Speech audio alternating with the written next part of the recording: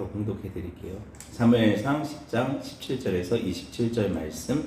사무엘이 백성을 미스바로 불러 여호와 앞에 모으고 이스라엘 자손에게 이르되 이스라엘 하나님 여호와께서 이같이 말씀하시기를 내가 이스라엘을 애굽에서 인도하여 내고 너희를 애굽인의 손과 너희를 압제하는 모든 나라의 손에서 건져내었느니라 하셨거늘 너희는 너희를 모든 재난과 고통 중에서 친히 구원하여 내신 너희 하나님을 오늘 버리고 이르기를 우리 위에 왕을 세우라 하는도다. 그런즉 이제 너희의 지파대로 1000명씩 여호와 앞에 나오라고 사무엘이 이에 이스라엘 모든 지파를 가까이 오게 하였더니 베냐민 지파가 뽑혔고 베냐민 지파를 그들의 가족별로 가까이 오게 하였더니 마드리의 가족이 뽑혔고 그 중에서 기스의 아들 사울이 뽑혔으나 그를 찾아도 찾지 못한지라.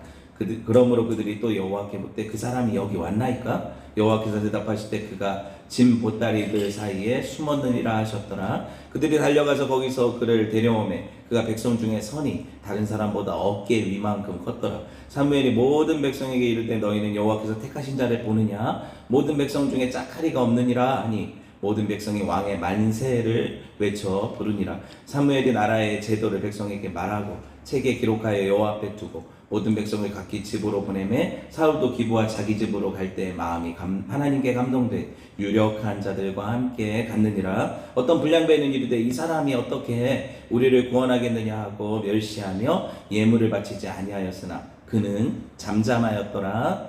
아멘. 네, 오늘 사무엘 강의 23번째 시간이에요.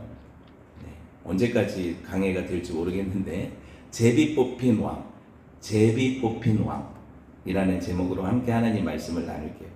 지난 시간에 우리가 하나님께서 사무엘을 통해서 은밀히 사울을 왕으로 택하시고 기름 부으시는 장면을 봤죠. 그러면서 사울에게 그 징조가 세 가지가 임할 텐데 그게 하나님이 너를 왕으로 세우실 증거다 이렇게 얘기하는 장면을 봤어요. 그 세 가지가 뭐였어요? 첫째는 양을 그 염소를 찾으러 나왔었잖아요. 사울이. 근데 그걸 찾았다는 소식을 어디서 듣게 돼요?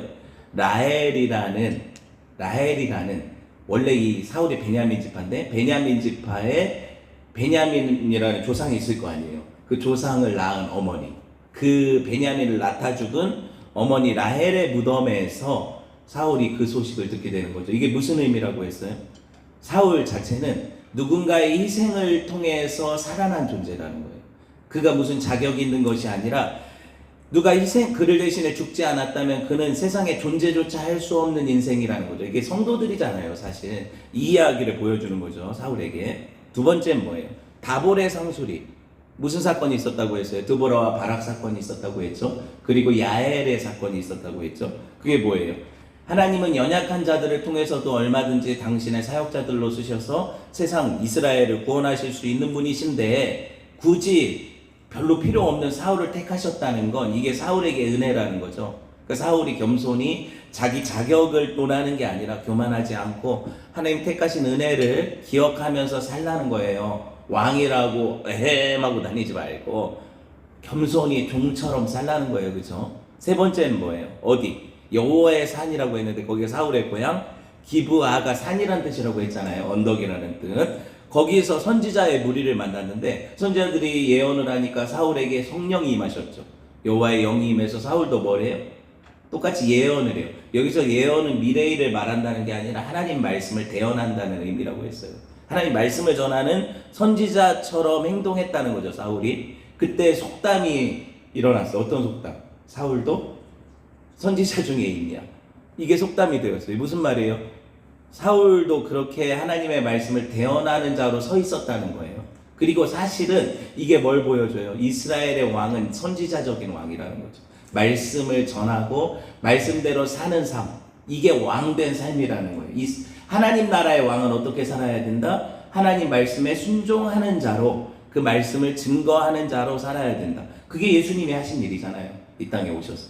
맞죠? 그걸 살아내는 게 왕이다. 이걸 보여준 거예요. 세 가지 증표가. 정리되셨죠? 넘어갈게요. 그럼에도 불구하고 사울은 실패했습니까? 성공했습니까? 왕으로서. 우리가 역사를 알지만 실패했죠. 실패했단 말이에요. 그렇다면 여러분 이게 하나님 책임이에요? 사울 책임이에요? 어려울 거 없어요. 여러분 우리 책임이에요? 사울 책임이에요? 아시겠어요? 여러분 당연하게도 사울이 자기 하나님의 말씀을 순종하지 않은 자기 책임이에요. 이걸 뭐라고 보냐면 신학에서는 하나님의 주권이 있는데 하나님 주권과 인간의 책임 사이에 이 균형이 있다는 거예요. 하나님 주권적인 작정이 있어도 인간이 책임 있게 반응해서 그 작정을 이루어가는 것이 우리의 임무라는 거예요. 생각해 봅시다. 사실 사울이 왕으로 추대되는 과정을 세 가지 부분으로 나눠 생각할 수가 있어요. 첫 번째는 아까 얘기했다시피 은밀히 하나님이 택하셔가지고 뭐 염소 잃어버린 이런 과정을 통해서 누굴 만나게 하셔요? 사무엘을 만나게 하시고 사람들이 다 잔치 자리에 배석했어도 그가 왕으로 기름 부음 받는 장면을 못 보죠. 그러니까 하나님이 비밀하게 사울을 왕으로 택하시고 그리고 나서 사울에게만 알게 하시는 장면이 첫 번째 장면이에요. 그러니까 자기는 지금 알아요, 몰라요? 하나님 왕으로 자기를 택하셨다는 거. 사울 자신은 알아요. 근데 아무도 몰라요. 맞죠? 근데 두 번째, 그가 왕이 되려면 이스라엘 전체 앞에서 왕으로 공표가 되어야 되잖아요. 오늘 본문이 뭐예요? 왕으로 뽑히는 장면이죠. 뭘 통해서? 하나님이 제정하신 제비 뽑기를 통해서 그가 이스라엘의 공식적으로 왕이 되는 장면이잖아요. 그쵸? 주무시지 마시고. 셋째는, 제가 그렇게 졸립게 설교하나요? 셋째는 다음에 살펴볼, 이제 그 다음에 살펴볼 건데, 암몬 자손과의 전쟁이 일어나는데 사울이 하나님의 영이 충만해서 그 전쟁을 승리로 이끌어요. 그랬더니 사울을 비난하던 사람들이 뭐라고 해요? 다 사울 왕 만세를 외치는 장면이 나온단 말이에요.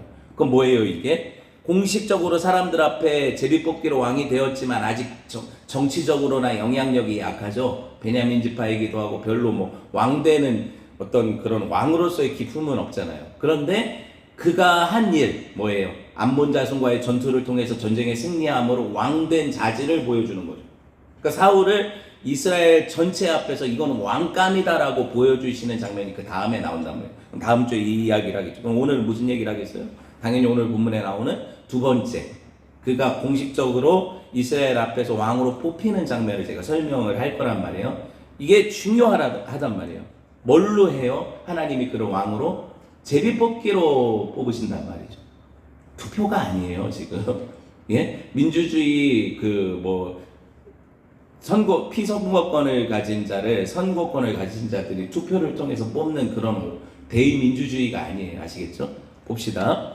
사무엘이 예언한 세 가지 징조가 한날에 응했어요. 사울이 이제 그걸 가슴에 당연히 새겼겠죠. 아, 왕이 될 징표를 자기가 내가 왕이 될 쌍인가? 이런 마음이 들었을 거 아니에요. 실제로 기름 부음을 받았고 사무엘로부터.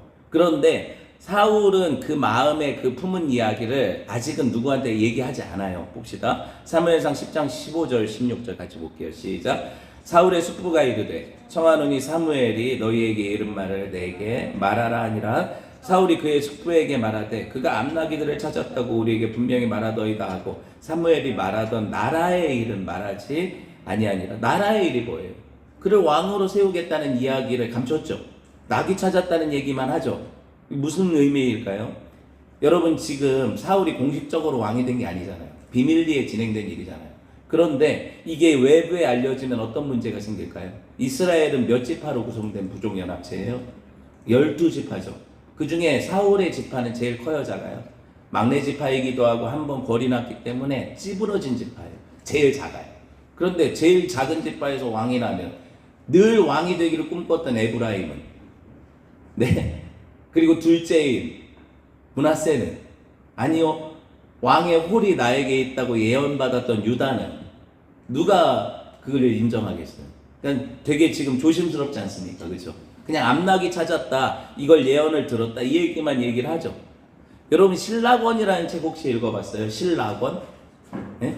잃어버린 낙원이라는 책 혹시 읽어봤어요? 밀턴이라는 사람이 썼는데 거기서 사울을 뭐라고 묘사를 하냐면 나귀들을 찾다가 왕이 된 사람. 나귀들을 찾다가 왕이 된 사람. 이게 뭐 되게 좋은 이야기 같진 않아요. 나귀들을 찾다 왕이 된 사람. 왕국을 찾은 사람. 이렇게 얘기를 하거든요. 재미나죠? 영적으로 생각해 보면 나귀라는 게 여러분 레위기에 보면은요 정결한 짐승이 있고 부정한 짐승이 있어요.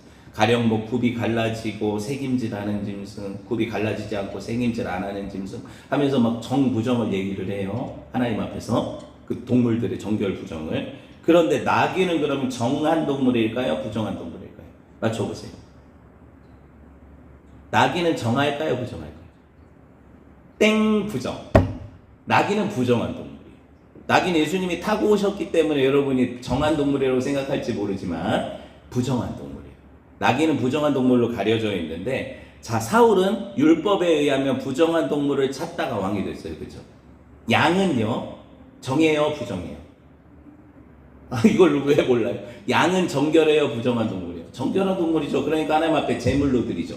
부정한 건 못 드리잖아요. 나귀 잡아서 제물로 드렸다는 얘기 있어요, 없어요? 없어요. 나귀는요, 그냥 맞았잖아요. 발람한테 말했다가 네가 말을 하냐 나귀 새끼가 이러면서 맞았잖아요. 그러니까 나귀는 부정한데 양은 정결하다. 양치다가 왕이 된 사람은 누구예요? 네, 다윗이죠. 이 성경이 그냥 이런 기록을 하는 것 같아요. 부정한 짐승을 찾다가 부정한 걸 찾아다니다가 왕이 된 사람이 있고요. 정결한 짐승을 기르다가 왕이 된 사람이 있다. 이 대조를 보세요. 이 비유를 보세요. 여러분 율법에 보면 나귀는요, 하나님 앞에 드릴 수가 없기 때문에 나귀를 키우는 사람이 있을 거 아니에요. 그러면은 이 11조는 어떻게 드렸을까요? 양으로 대체해서 드렸어요. 나귀 한 마리 양으로 대체했어요. 봅시다. 출애굽기 13장 13절 시작. 나귀의 첫 새끼는 다 어린 양으로 대속할 것이요. 그렇지 않으면 그 목을 꺾어 죽여버리라는 거예요. 부정하니까. 내 아들 중 처음 난 모든 자는 대속할지니라, 이렇게 말씀이 나오죠. 자, 사울은 나귀 찾다 왕이 됐는데 첫 번째 것이죠. 부정하죠. 어떻게 해요? 하나님이 둘째 것을 준비하시죠. 정결한 걸 준비하시죠. 하나님 마음에 합한 걸 준비하시죠. 그게 누구예요? 양치던 다윗이죠. 성경 전체 이야기예요, 이게. 여러분, 가인과 아벨이 있었어요. 가인은 농사 짓던 자고 아벨은 양치던 자예요. 맞죠? 하나님이 누구의 제사를 받으셨어요?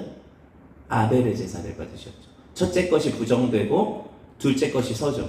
여러분, 첫째 아담이 하나님 앞에 부정했죠. 불순종함으로 부정했죠. 둘째 아담은 정결한 어린 양이시라고 했죠. 여러분, 성경의 이야기가 여기에 들어있는 거 아시겠어요? 제가 지금 설명하는 게 이해가 되셔야 돼요. 얼마나 중요한지 아세요? 여러분, 굳이 말하자면 하나님께서는 이걸 가르쳐 주시는 거예요. 첫 것을 두 번째 것으로 정결케 하시는 거죠. 그런데 첫 번째 건 다 부정했단 말이에요. 왜? 내가 장자다. 내가 첫 거다. 내가 이스마엘이고, 이스마엘은 뭘로 대속돼요? 이삭으로 대속되잖아요. 생각해 보세요. 나는 에서다. 장대하고 사냥에 능한 자고 용사다. 하나님 그런 자들을 기뻐하지 않으셨죠. 누구로 대속돼요? 야곱으로 대속되잖아요. 야곱으로 대속되잖아요. 이해되셨죠? 여러분, 그러니까 첫 것이 폐해지고 둘째 것이 세워지는 이야기가 성경의 이야기. 여러분, 율법으로서 기능을, 사람을 구원하는 기능을 할 수 없다는 걸 드러내신 이후에 율법이 뭘로 대체가 돼요? 복음으로 대체가 되잖아요. 율법이 첫 것이고 부정한 것이죠. 원래 율법은 정결한 건데 비유하자면 그렇다는 거예요. 복음으로 대체가 되니까 우리가 율법으로 능히 구원을 얻을 수 없는 인생임을 고백하는 인생들마다 하나님이 우리에게 뭘 주세요? 복음을 주시잖아요. 그걸 믿게 하셔서 율법이 할 수 없는 그 의를 우리에게 전가시키시잖아요. 이걸 우리는 복음이라고 부르죠. 여러분 한번 생각해 보세요. 오늘 심지어 이 제비뽑기가 일어난 지명이 어디래요? 장소가 한번 보세요. 어디예요? 성경에 써 있잖아요. 미스바라는 장소죠. 미스박이 아니고 미스바라는 장소예요. 미스바가 뭐예요? 어디예요? 대부흥의 운동이 일어났잖아요. 사무엘을 통해서. 미스바 성회를 통해서 사무엘이 하나님의 말씀을 증거할 때 블레셋이 치려고 모였다고 어떻게 하나님이 그들을 대파시키죠. 막 천둥이 치고 우레가 쳐서 얼마 전에 본 거예요. 사무엘상에서. 하나님이 대승을 주실 때 어디까지 도우셨다고 거기 돌을 갖다 놨어. 그걸 뭐라고 불렀어요? 에벤, 에셀, 도움의 돌. 여기까지 도우셨다 기억나요? 그 부흥의 장소가 어디였다? 미스바다. 그런데 이 미스바는요, 지금 제비뽑기 하는 데예요. 이 미스바는 사실은 베냐민 지파 입장에서는요, 좋은 기억의 장소가 아니에요. 왜 그런가? 여러분, 사사기 말기에 기브아에서 일어났던 사건이, 베냐민 지파 사람들이 살던 기브아에서 어떤 사건이 일어났어요? 사사기 말에 레위인이 첩을 얻어가지고 장가를 갔는데, 첩이죠. 근데 첩이 집을 나갔는데 그 찾으러 데리러 갔다가 첩 장인한테서 데려오는데 기브아의 밤이 어두워져 가지고 들렸어요. 어떤 일이 일어났어요? 기브아 사람들이 비류들이 일어나 가지고 그 첩 원래는 레위인을 상관하려고 했다가 첩을 내보내니까 그 첩을 밤새도록 괴롭히다가 죽였죠. 기억나요? 그랬더니 레위인이 그걸 어떻게 해요? 12토막을 내서 온 이스라엘 지파에 보내니까 11토막을 낸 거죠 사실. 보내니까 어떻게 돼요? 미스바에서 이스라엘 모든 회중이 모여가지고 어떤 결정을 해요? 어느 지파랑 싸울 것을? 베냐민 지파랑 싸울 것을 결의한 곳이 어디예요? 바로 이 미스바예요. 그럼 베냐민 지파에서는 이 미스바가 치욕의 장소죠. 자기 지파가 절멸되는 장소잖아요. 하나님 앞에 범죄함으로 심판받는 장소죠. 그게 미스바잖아요 지금. 그런데 그 미스바에서 지금 누가 왕으로 뽑혀요? 베냐민 지파의 사울이 왕으로 뽑힙니다. 참 아이러니하지 않아요? 하나님이 하시는 일이 뭐예요? 네가 어떤 존재인가를 기억하라는 거예요. 너는 멸망받아 마땅한 범죄한 존재인데 네가 왕감이 아닌데, 아시겠어요? 거기서 하나님이 누구를 왕으로 선택하세요? 베냐민 지파의 말석인 사울을 왕으로 선택하심으로 그 자격 없음을 드러내시면서 하나님의 은혜를 드러내시는 거예요. 하나님이 하시는 일이라는 거죠. 이걸 사울이 깨달아야 돼요? 깨닫지 말아야 돼요? 성도가 하나님의 부르심을 받을 때 내가 제비 뽑힌단 말이에요. 하나님 앞에 선택받아서. 그때 내가 자격이 있어서 뽑혔다는 사람이 어디 있어요? 죄인 중에 괴수라고 알아야죠 우리가. 그리고 나를 부르신 그 하나님 앞에 그 은혜에 감격해 사는 게 성도의 삶인데, 우리의 삶은 어때요? 하나님께서 왜 하필이면 나를 택하셔가지고 편하게 못 살게 하시고 이 땅에서 지질이 고생하게 하실까? 나 나중에 한 40년 후 죽을 때쯤에 그때 선택하시면 얼마나 좋아. 저 우편 강도처럼 그때 회개하고 나도 세상에서 실컷 누릴 거 누리다가 그때 믿고 낙원 가고 천국 가면 좋을 텐데, 이런 심정을 가지고 있는 이런 성도들을 하나님은 참아보신단 말이에요. 은혜가 어디 있어요 우리한테? 뭘 다오다오 하는 게 우리죠. 하나님이 물에 빠진 사람 구해줬더니 보따리 내놓으라는 게 우리 성도들이잖아요. 우리가 계속 하나님 앞에 이거 주세요 저거 주세요. 하나님이 구원하셨으면 책임지셔야죠. 하나님의 아버지시라면서 왜 우리 삶을 이렇게 그냥 놔두시는 거예요 하면서 하나님을 괴롭히고 귀찮게 하고, 물론 해야 돼요. 기도해야 되죠. 성도들이 해야 되는데, 여러분 우리의 자리를 생각해야 돼요. 우리가 그렇게 당당합니까? 우리가 그렇게 하나님 앞에 요구할 것들이 마땅한 거예요? 아니죠. 아니라는 거. 사울은 이걸 알아요. 지가 왕이었어요 원래? 자기가 왕이 될 상이었냐고요? 왕이 될 깜이었어요? 아니죠. 근데 사울이 이걸 기억해야 되죠. 이걸 기억해야 되잖아요. 사사기 20장 3절에서 9절 10절 봅시다. 시작. 이스라엘 자손이 미스바에 올라간 것을 베냐민 자손이 들었더라. 이스라엘 자손이 이르되 이 악한 일이 어떻게 일어났는지 우리에게 말하라. 우리가 이제 기브아 사람에게 이렇게 행하리니 곧 제비를 뽑아서 그들을 치되 우리가 이스라엘 모든 지파 중에서 100에 10명, 1000에 100명, 10,000명에 1000명을 뽑아 그 백성을 위하여 양식을 준비하고 그들에게 베냐민 기브아에서 가서 그 무리가 이스라엘 중에서 망령된 일을 행한 대로 징계하게 하니라. 자, 어떤 방식으로 베냐민을 치려고 하셨어요 하나님이? 제비 뽑기. 그래서 이스라엘의 제비 뽑힌 무리들이 베냐민을 쳐서 죽였죠. 한 지파가 골이 나게 했잖아요. 생각해 보세요. 사울이 그 제비 뽑기 장면에서 자기가 왕이 될 때 이걸 알아요 몰라요? 이 얼마 전에 있었던 역사에 대해서 알죠. 그럼 자기가 아간일 수도 있는 거예요. 여러분, 아간을 하나님이 그 아이성에서 뭐 숨겨놓은 거, 여루성 무너뜨리고 숨겨놓은 거를 하실 때, 아이성에서 지게 하실 때 이게 원인이 뭐냐 할 때 어떻게 하셨어요? 제비 뽑기 하게 하셨잖아요. 그랬더니 갈미의 아들 아간이 뽑혔죠. 그때 하나님이 돌로 치라고 하셨잖아요. 이 제비 뽑기가 얼마나 두렵습니까? 하나님이 선택하시는 은혜일 수 있고 하나님이 심판하시는 도구일 수 있어요. 사울이 내가 제비 뽑혔을 때에는 두려움이 있었단 말이에요. 그래서 어디에 있었어요? 짐 사이, 행구 사이에 숨었다고 그러죠. 이 사람은 처음에 제가 볼 때 겸손했단 말이에요. 자기가 왕감이라고 생각도 안 하고 자기 지파가 왕을 배출할 지파라고도 생각도 못했고, 하나님이 그렇게 세 가지 징표를 보이셨지만 그럼에도 불구하고 주저주저 했어요. 그죠? 그렇잖아요. 근데 자기가 뽑혔음에도 불구하고 안 나오잖아요, 지금. 숨어가지고. 이랬던 사람이 나중에 얼마나 변합니까? 그 높은 자리에 올라가고 왕의 자리에서 자기가 살다 보니까 어떻게 해요? 지가 처음부터 왕감인 줄로 생각하죠. 그래서 다른 지파 출신인, 유다 지파 출신인 다윗이 자기의 왕위를 위협하는 것처럼 느끼자 질투를 느끼고 죽이려고 하죠. 그건 뭐예요? 자기가 이미 자격 있음을 생각하는 거잖아요. 나는 내가 왕인데 감히 네가 이 죽은 벌레 같은 인간이 내 왕위를 노려? 이렇게 되는 거죠. 제가 죽은 벌레라고 얘기한 건 다윗이 그렇게 표현했어요. 나는 죽은 벼룩 같은 사람인데 왕이 왜 나를 해치려고 합니까? 이런 말씀이 있거든요. 이런 표현을 하는 거죠. 다윗은 겸손하잖아요. 사울도 처음에 겸손했다니까요. 여러분, 제비 뽑기가 하나님의 방법이잖아요. 성경에 기록된. 왜? 투표로 하면 어느 지파가 왕을 배출해야 맞아요? 그 당시 제일 많은 지파인 유다죠. 그 다음에 에브라임이겠고 므낫세겠고 숫자가 있어요. 민수기에 보면. 그렇죠? 아니 기왕이면 여러분이 누굴 뽑겠어요? 우리 지파 출신을 왕으로 뽑을 거 아닙니까? 그럼 12명의 후보가 나올 거고 12 중에 누가 되겠어요? 가장 인원수가 많은 지파에서 왕이 뽑히겠죠. 그쵸? 근데 여러분, 그럼 공정해요? 안 공정해요? 우리가 하도 민주주의에 길들여 있으니까 이거 공정하다고 생각하는데, 그죠? 아니에요, 그게.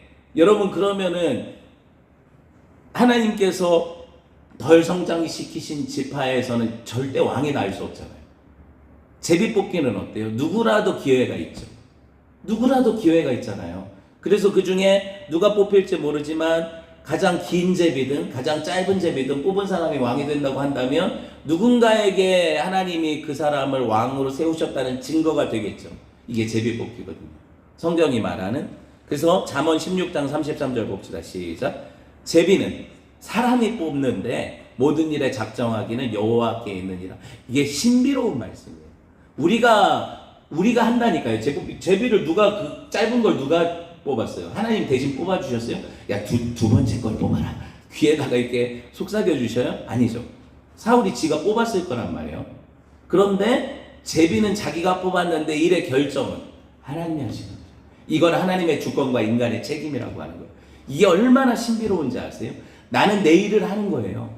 최선을 다해서 내게 주신 지혜와 내게 주신 경험과 내게 주신 어떤 내가 살아왔던 그런 방식대로의 어떤 결정을 할 거 아닙니까? 그건 내가 하는 거죠. 근데 이 일을 통해서 어떤 일을 이루시는 분이 누구예요?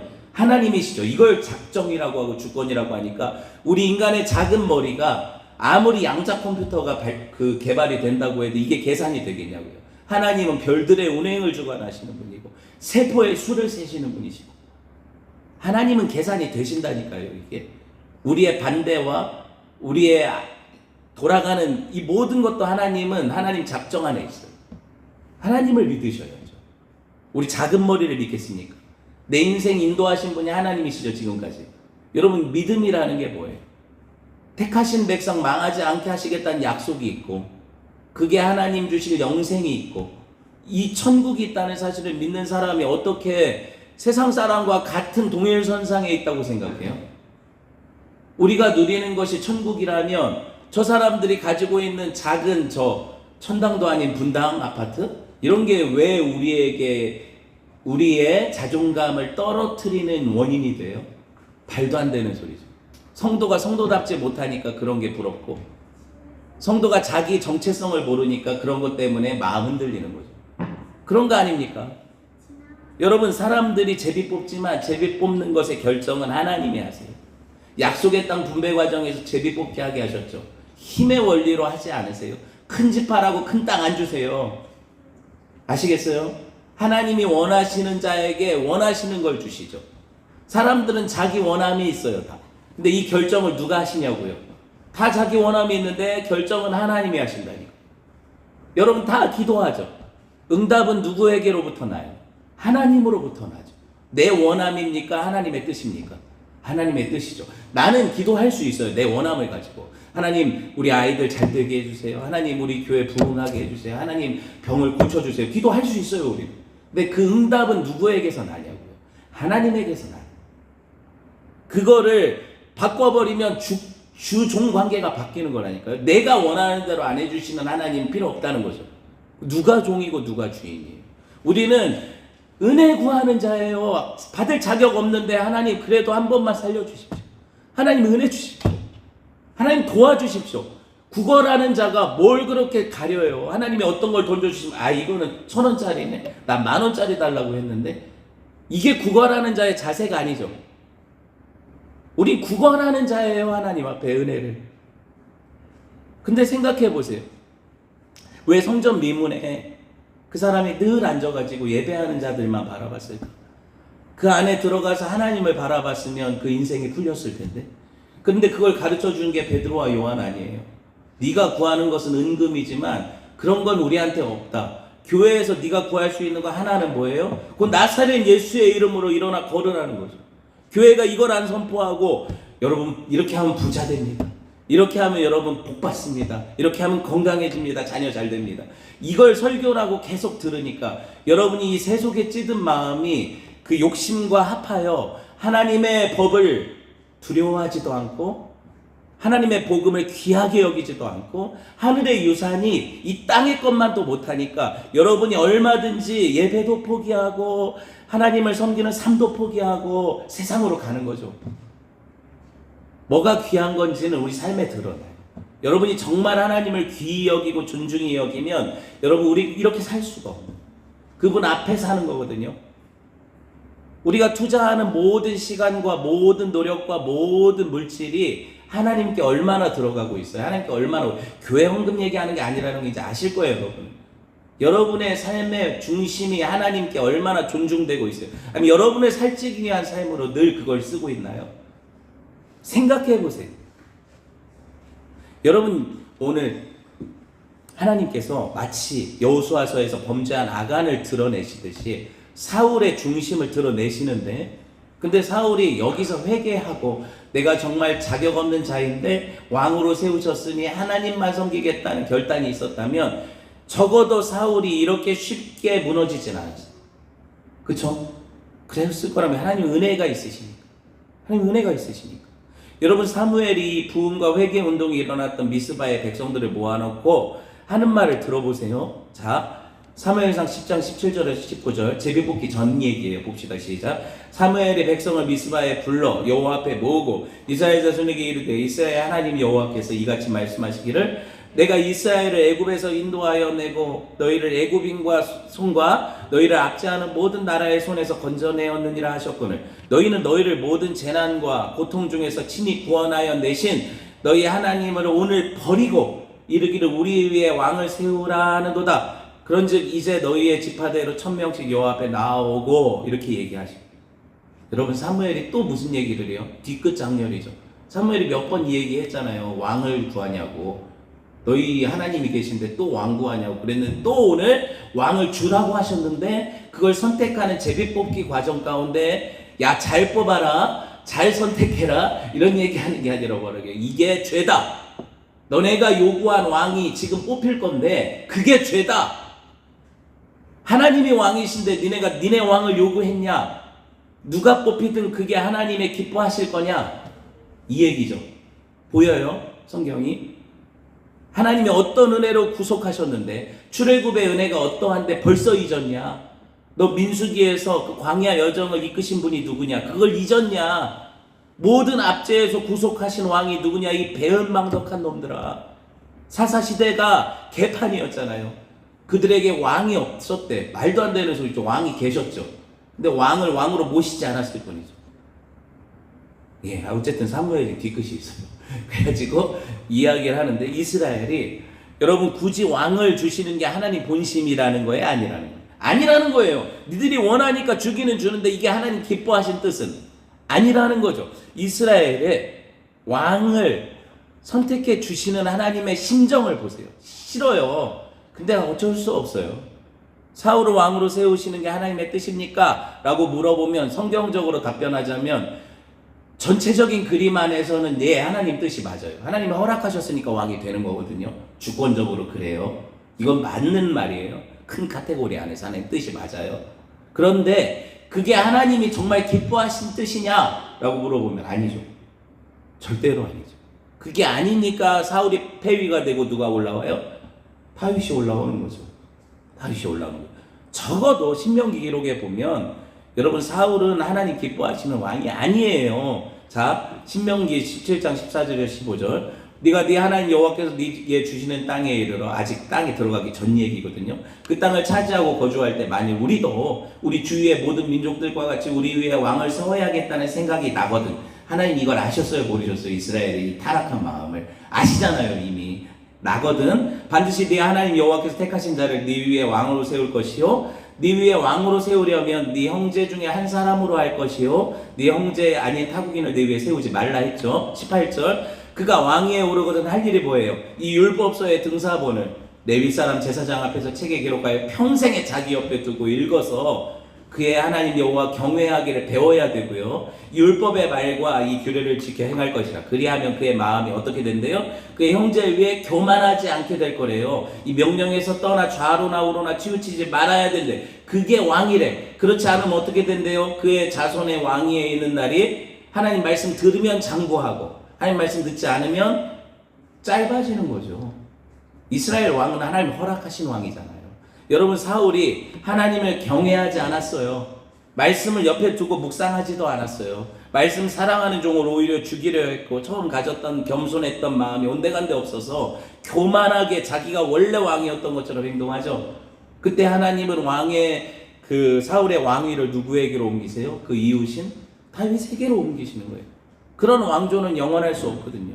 여러분 하나님이 우리에게 어떤 일을 허용하셨다고 생각해 보세요. 여러분이 기도하고 구했던 일에 허락하셨어요. 그게 무조건 하나님의 기뻐하신 뜻이라고 말할 수 있어요? 없어요? 없는 거예요. 하나님 주실 수 있어요. 그런데 주셨다고 그게 다 하나님의 기뻐하신 뜻은 아니라고요. 기도할 때 똑바로 분별하셔야 돼요. 약속에 근거해서 기도하셔야 돼요. 우리가 얼마나 영적으로 무지합니까? 인간 부모는 자녀들이 달라고 하면 물론 얘한테 안 좋은 걸 안 주려는 마음이 있어. 근데 너무 졸라. 그럼 귀찮아서라도 줄 때가 있어요? 없어요? 있잖아요. 귀찮아서라도 줄 때가 있잖아요.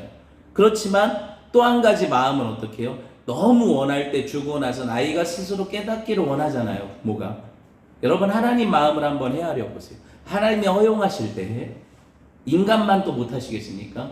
이건 다 배우라고 하시는 거예요. 네가 스스로 깨닫고 돌이키라고 하시는 거예요. 하나님 뜻을 어기고도 받은 것이 너에게 복이 아니라는 걸 가르쳐 주시는 거예요. 그런데 성도들은 늘 괜찮습니다. 그래도 좋으니까 나한테 주십시오. 얼마나 악합니까? 얼마나 악해요. 우리가 이렇게 기독교를 잘못 배웠어요. 예수님은 뭐라고 기도하셨는데요? 아버지 내 뜻대로 마옵시고. 아버지 뜻대로. 근데 예수님 뜻대로 기도하는 사람이 어디 있냐고요. 다 내 뜻대로. 내 뜻대로 아버지 뜻대로 마옵시고 내 뜻대로 하옵소서 그러잖아요. 우리는.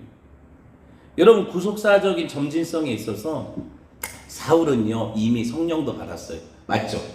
예언하고 막 그랬잖아요. 성령에 충만해서. 근데 사울에 임했던 성령이 어떻게 해요? 구약에 보면 떠나가시기도 하죠. 여호와의 부리신 악신이 임하잖아요. 성령과 악신이 어떻게 공존해요? 성령이 떠나셨다는 거거든요. 구약에서는 성령이 실제적으로 어떤 사람을 사역적으로 쓰셔요. 쓰시다가 떠나시기도 하셔요. 구약에 보면. 근데 신약에서는 내 너를 결코 떠나지도 않으리라. 너를 버리지도 않으리라. 한번 성도 안에 오셔서 성전 삼으신 성령은 신약에서 떠나요? 안 떠나요? 안 떠나요. 그게 구속사적 점진성이에요. 그러니까 신약은 구약의 거울이고 구약을 볼 때 사울에게서 하나님이 그 영을 떠나가게 하신 것은 신약 백성들에게는 뭐예요? 그게 교훈이 돼야 되는 거예요. 두렵고 떨림이 돼야 되는 거예요.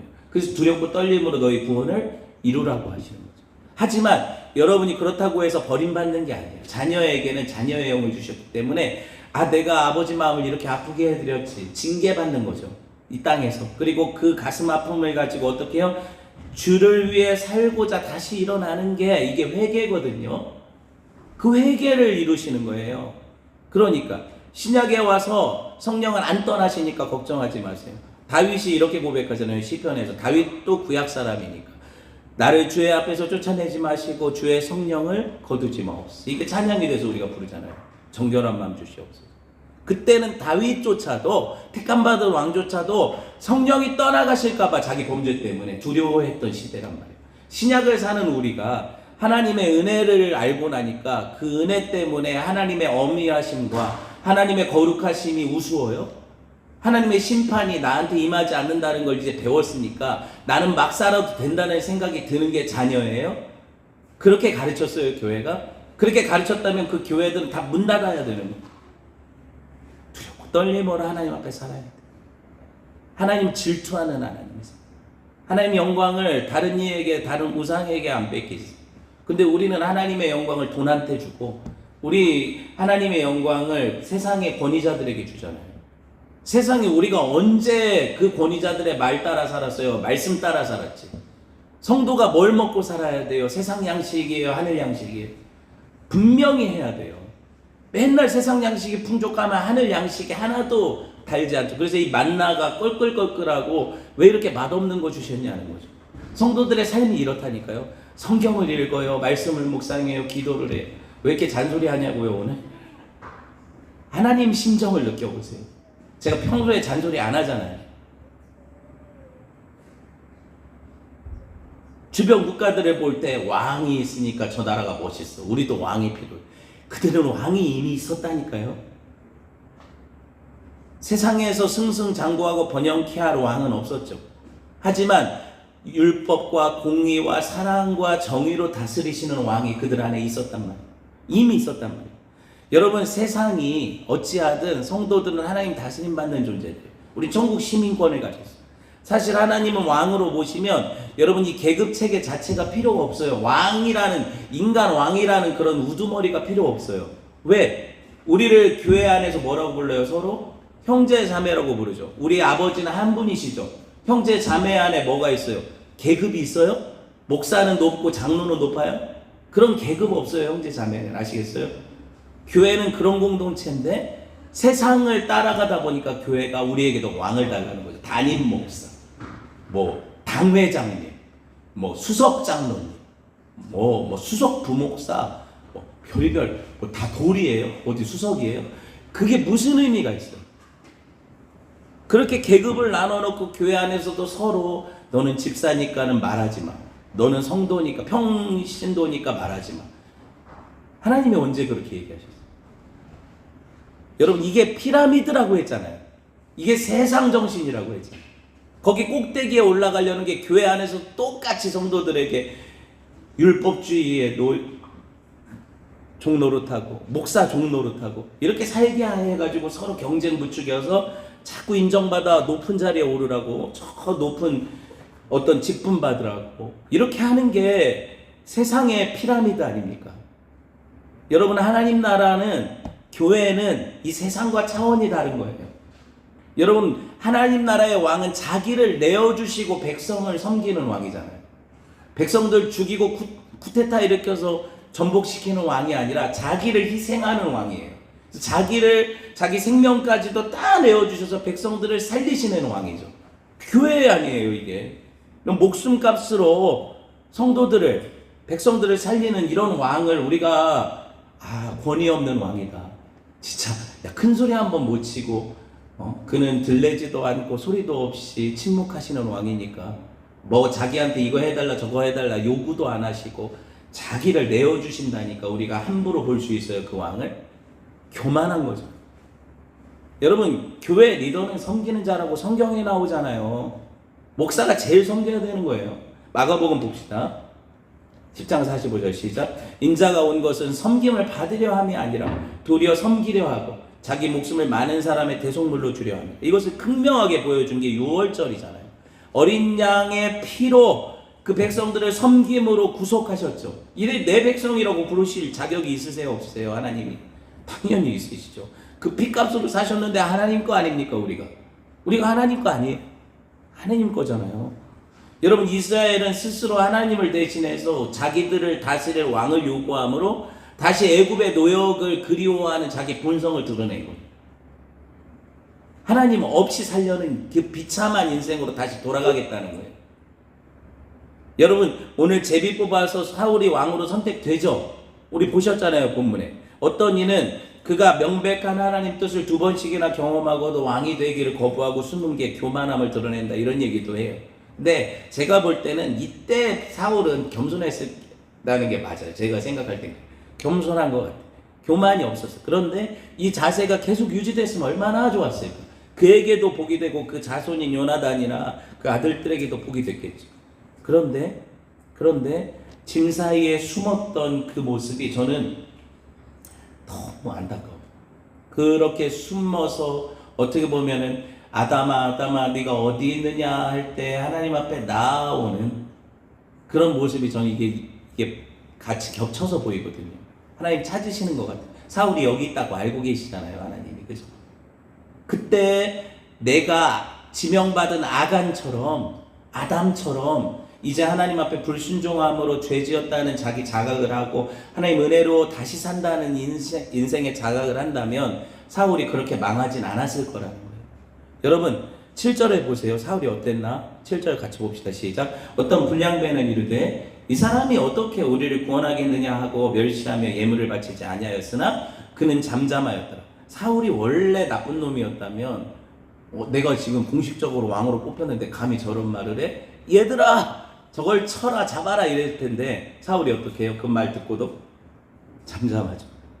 사울이 처음 자세를 보자는 거예요. 이 마음이 얼마나 귀해요? 이 마음이 유지됐으면 얼마나 좋을까요? 여러분 사울의 이름 뜻이 뭔지 아세요? 사울 이름 뜻. 히브리어 사울은요 구하다라는 뜻이에요. 그럼 이스라엘의 백성들이 구해서 얻은 왕이 누구예요? 사울이죠. 그게 사울이에요. 다윗은 하나님 마음에 합하여 하나님 주신 왕이죠. 하나님 택하시고 주신 왕이에요. 다르죠 뭐가? 여러분 표면적으로는 그런데도 불구하고 사울도 이스라엘 앞에서 하나님이 선택하여 주셨다니까요. 그리고 제비뽑기로 확증하셨고 하나님이 얼마나 많이 배려하셨어요. 그들 가운데 인정받도록. 근데 정말 안타까워요. 사울은 택함 받았으나 택함 받지 못한 자예요. 아이러니하게도 택함 받았지만 택함 받지 못한 자라니까요. 사무엘상 10장 24절 봅시다. 시작. 사무엘이 모든 백성에게 이르되 너희는 여호와께서 택하신 자를 보느냐? 모든 백성 중에 짝하리가 없느니라. 모든 백성이 왕의 만세를 외쳐 부르니라. 야, 여기서 보시면 하나님께서 택하셨대 안 택하셨대요? 택하신 자라고 맞죠? 그런데 여러분 보세요. 역대하 6장 5절에서 6절 같이 볼게요. 시작. 내가 내 백성을 애굽 땅에서 인도하여 낸 날부터 내 이름을 줄 만한 집을 건축하기 위하여 이스라엘 모든 지파 가운데서 아무 성읍도 택하지 아니하였으며 내 백성 이스라엘의 주권자가 될 사람을 아무도 택하지 아니하였더니 6절 예루살렘을 택하여 내 이름을 거기 두고 또 다윗을 택하여 내 백성 이스라엘을 다스리게 하였노라 하신지라. 다윗 위에 누굴 택했대 안 택했대? 다윗 앞에 또 누굴 안 택하셨다고 하죠. 하나님 거짓말 하세요? 이게 무슨 의미냐고요. 택하셨다고 하더니 또 안 택하셨다고 하죠. 맞잖아요 지금. 이게 무슨 의미냐고요. 무슨 의미냐고요. 상충되고 모순된 것처럼 보이지만 사실은 하나님이 사울을 택하셨다는 건 이스라엘이 그 사울을 인간 왕으로 요구를 하니까 그렇게 하라고 허용하셨다는 얘기예요. 왕은 당연하게도 하나님께서 준비하시고 택하신 왕은 하나예요. 유다 지파에서 날 두고 다윗이라고요. 예수님이라고요. 가룟 유다도 택함 받아서 12사도에 들은 것 같았지만 그를 하나님 택하시지 않았잖아요. 아시겠어요? 여러분 우리 자신을 돌아보는 말씀 됐으면 좋겠어요. 나 택함 받은 것 같죠? 말씀 들으니까 내가 그 사람 같죠? 근데 여러분 혹시 몰라요. 내가 아간일 수도 있고 내가 가룟 유다일 수도 있어요. 그럼 내가 어떻게 살아야겠어요? 하나님 앞에. 하나님의 알곡으로 발견되려면 쭉정이의 모습을 버려야 되겠죠. 여러분 보세요. 저는 사울이 비운의 왕이라고 말하고 싶지 않아요. 왜 그런가? 그 자유로운 선택과 그의 삶 속에서 이미 하나님을 부정하고 자기가 하나님이 주신 은혜를 차버렸거든요. 교만하게 살았거든요. 그러니까 사울은 참 재수 없었다라고 말할 수 없어요. 말씀을 맺을게요. 여러분 제비 뽑혀 왕이 됐다는 게 무슨 뜻이에요? 자격이 있었다는 거예요? 외모가 출중해요? 아무 조건이 없었다는 거예요. 아무 조건이 없었으나 은혜로 택함 받았다는 거예요. 그럼 이게 우리잖아요. 사울의 모습이 우리잖아요. 성도. 어떻게 살아야 돼요? 겸손히 그 은혜를 늘 생각하면서 내가 그 은혜 받은 자답게 살지 못함을 애통해하면서 하루하루 하나님 은혜 구하며 살아야죠. 그게 성도의 삶이에요. 어떻게 사실 거예요? 그 은혜를 구하면 하나님 주신다니까요. 안 구하니까 안 주시는 거죠. 내가 하나님 그렇게 도저히 못 살아요. 거짓말이에요. 왜냐하면 하나님 앞에 그렇게 살도록 구하지 않은 거예요.